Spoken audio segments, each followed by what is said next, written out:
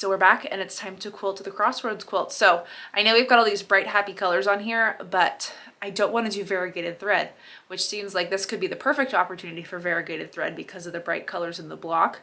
But I want those to stay the fun, bright, happy focal, and then let the thread just kind of do its job of holding all three layers together. So I'm thinking I want to find a blue in my stash. I should have some. I've got a lot of blues and kind of something that's more fluid. I don't want anything sharp and angular. I think either that double bubble that I just did or the circles or a couple other different ones.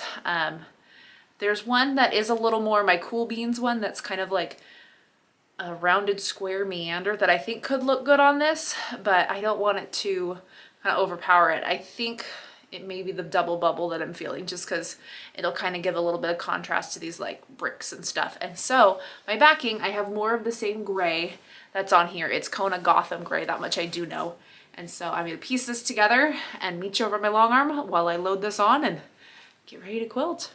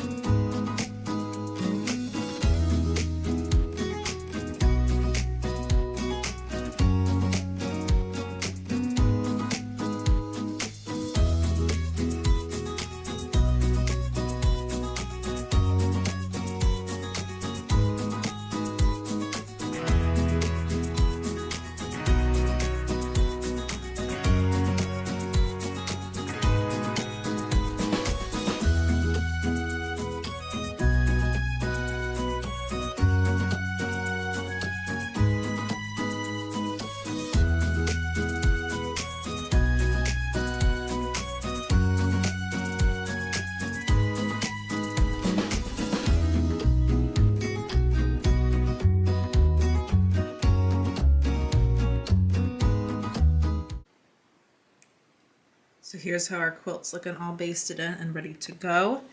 And as far as the pantograph goes, turn that off so it doesn't reflect on my screen. I'm gonna do the double bubble again. I know we just did it on the last one, but I sized this one down a little bit to see how that difference compares. And I think it's just gonna be a good fit for this to kind of give it a little something that's not so harsh, but gives a little movement and texture and fun. So let's start quilting.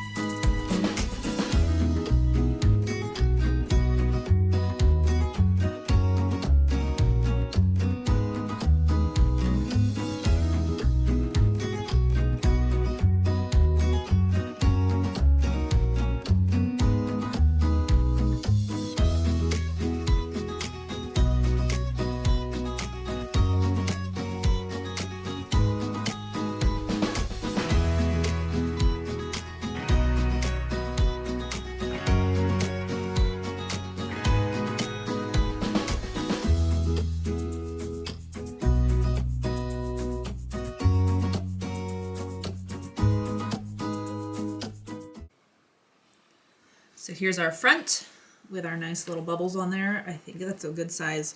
I realized earlier I forgot to say I used a robin's egg blue thread, and I think it looks really good because look at it on the back. You kind of get that contrast and a little bit of separation with the blue and the gray, but I think overall it looks really good. So now I'm going to lay this out, trim all this excess off, and then put the blue binding on, and then it's going to be all done.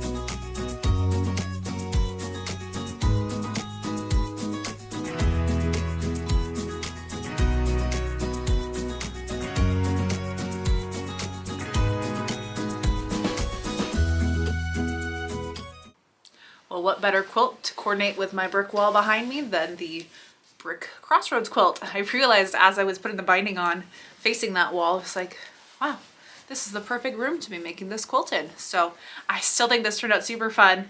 The double bubble on here, I think, gave it just the right kind of texture and movement without being too angular. I feel like having something angular on here would have been competing with this. But then once this is all washed up and ready to go, it is all sorts of fun. So the blue binding on there looks fantastic. I think it's just from far away, it just looks like a continuation of the border, and then surprise, it's actually binding. So I would totally do this quilt again, just like I said in the last video, maybe with some different colors, like patterns in there, like green and blue, or like do the big one and then make 4 different colors for the crossing. So it'd be kind of give it like an Argyle look maybe. I don't know. We'll have to wait and see. But in the meantime, I'm gonna go outside, do a little quilt drop, and show you the final reveal of these quilt pictures.